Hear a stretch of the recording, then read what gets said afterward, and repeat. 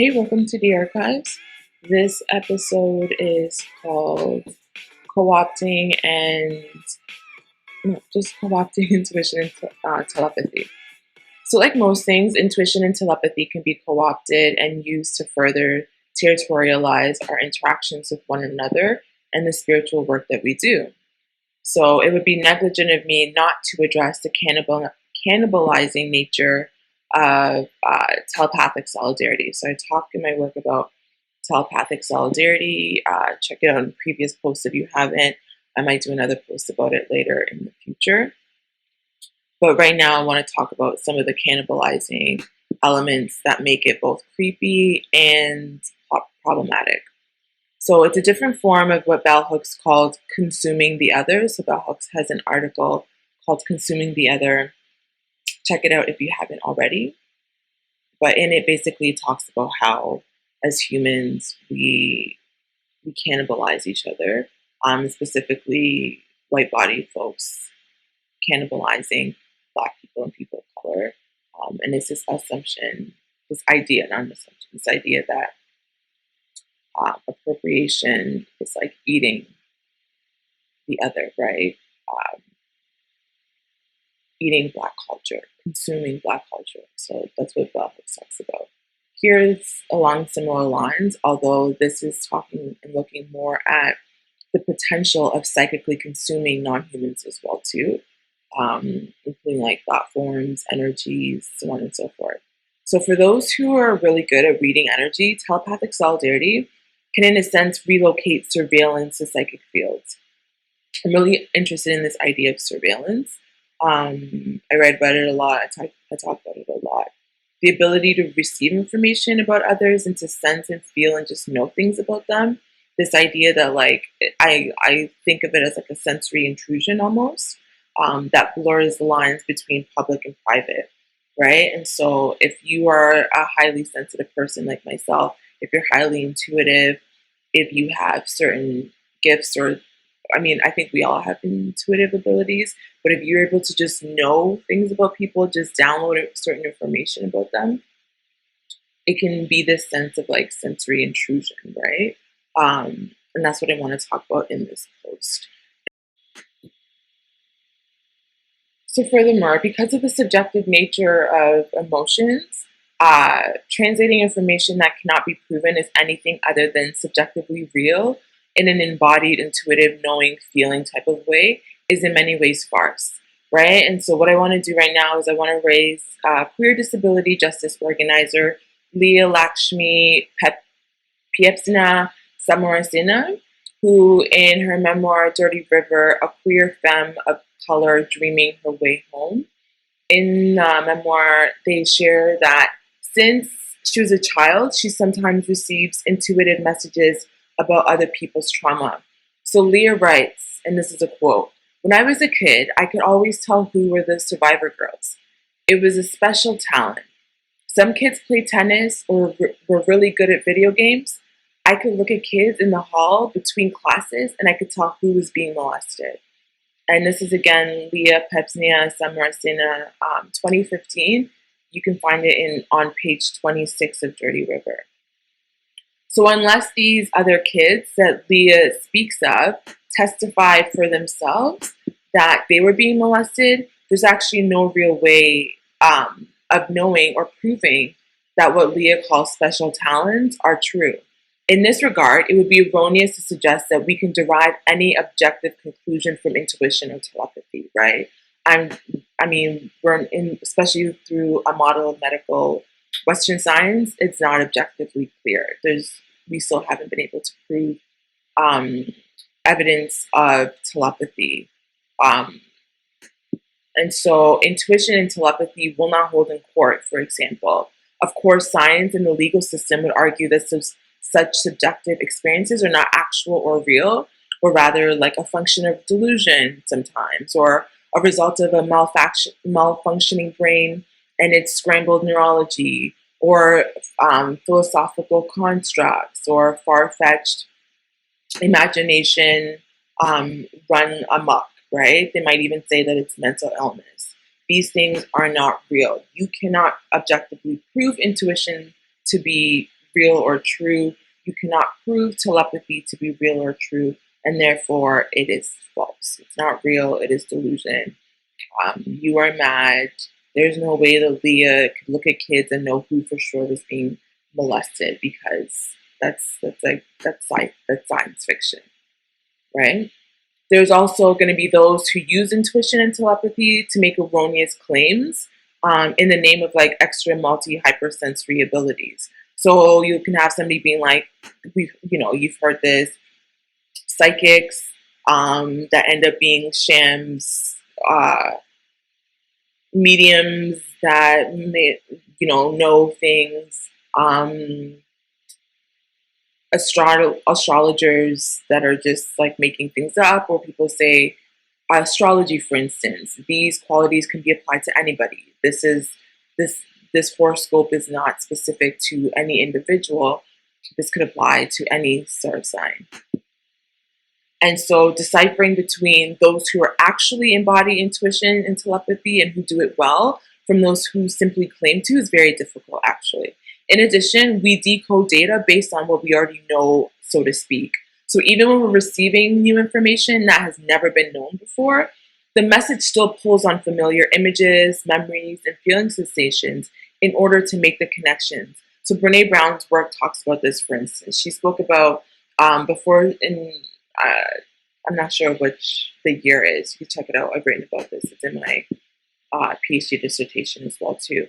But Brene Brown explains that psychologists believe, this is a quote, psychologists believe that intuition is a rapid-fire, unconscious associating process, like a mental puzzle. So psychologists, parapsychologists are already having these conversations. The sciences, the humanities, they're trying to make sense of these things. This is not something I'm just like making up just because. No. So Brene Brown goes on to say, where the brain makes an observation, it scans its files and it matches the observation with existing memories, knowledge, and experiences. Once it puts together a series of matches, we get a gut on what we're observing, right? So this is some of the like psychological explanations of intuition. And Brene Brown writes about this on page 87 to page 88. I'm not even sure what book that is. Again, check it out. I might add it later. So in this way, decoding or making sense of data carried in energy is culturally, if not individually specific, right? Again, I work a lot with the theme of telepathy because it's something that interests me, intrigues me. It's something that I explore. And in one of the fictional stories I'm writing about, my writing, obviously, is slow. But there's a story I want to tell where, you see our moles, right? So a lot of Black women have these different moles. My grandmother had them. My mom has them. Online, I saw that it gets carried down through the maternal lineage. So in one of my stories, I'm envisioning these moles as like satellites that help us with telepathy, right? This is like a sci-fi story that I'm working with. But basically, the mole allows the protagonist to be able to like read and scan people's lives. She just downloads information, and it's because these moles kind of work like antenna in the air that just and we get information, right? And so that still, even when she receives, or even when I receive, or anybody receives information, it's still based on what I already know. So let's say there's a word that comes in, realty. Let's say that's like, I just intuitively, I heard somebody say realty. I still have to be like, what is realty? If I don't know what realty is, if I don't know what real estate is, I might never be able to decode that in a way that makes sense, right? I'm getting a call. I might consider it to be reality. Hold on. Okay, sorry for the disturbance. So where was I? Basically, all to say, oh yeah, reality versus realty. All to say, if you hear something telepathically, how you decode and make sense of it still is very culturally specific, right? If it's in English, if you are, if it's slang, if it's language that's already in your vocabulary. Otherwise, it might not make sense to you, or you might decode it completely wrong. Um, I don't even think this particular wrong way, but that's a different story. Second thing is when you are decoding information or emotions, it's very hard to decipher. At least for me, when I started on this journey initially, it was difficult it was difficult to decipher between fear and emotions. That was my struggle, right? What is a fear-based messaging and what is fear? Because the two are not mutually exclusive. So it's nearly impossible to clearly utilize intuition when you're embodying or feeling fear. The two do not match vibrationally. As the idiom goes, fear is false evidence appearing real. So intuition is very different than like a fear-based model because fear tends to not, it's false. So this is precisely what happens when we attempt to read fear when we are in fear and then we mistake it for intuition. Story of my life. I've done it a lot of times where I've gotten a lot of things wrong, really super problematic. So false evidence is decoded as real and explained away as intuition when in fact it is not. Reading fear with little to no experience is not only extremely painful, but it can be really traumatizing or re-traumatizing. It results in inaccurate and wrong readings, what is essentially lies, right? It's essentially you're lying.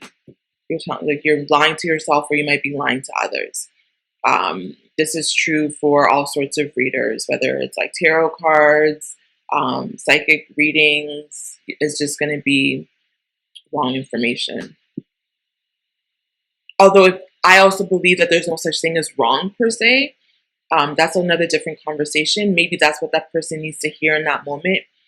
Because even things that I've gotten wrong were still in a way spirit taking me through a detour to get to something. So I don't think actually that there's any wrong, bad.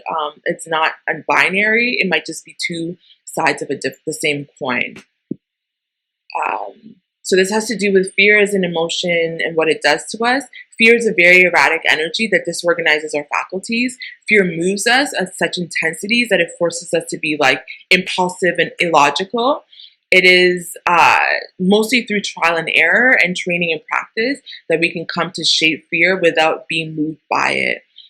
For these reasons, while telepathic solidarity is not based on assumptions, it acknowledges and the potential for it too, right? It's not rooted in the insistence that like we know best what is best for others, or that we even know precisely what others are feeling, because we can't. We can never know what somebody is feeling exactly as how they're experiencing in their body. There are no experts other than yourself. There's no expert other than myself when I'm working with this. Some of the best energy readers will admit that they cannot and do not know it all, nor can they speak on behalf of anyone else. Chaney Nicholas talks about this in an interview with CBS in 2019. Check that out. And precisely because we know we can never know or feel it all is why multi, extra, and hypersensory readers are constantly on a quest to know more. I think that's the best approach. It's just taking the assumption that you don't know it all and you're open to learning about more is the best approach to take. So please like, subscribe, and share. And until next time, in solidarity, take care, okay?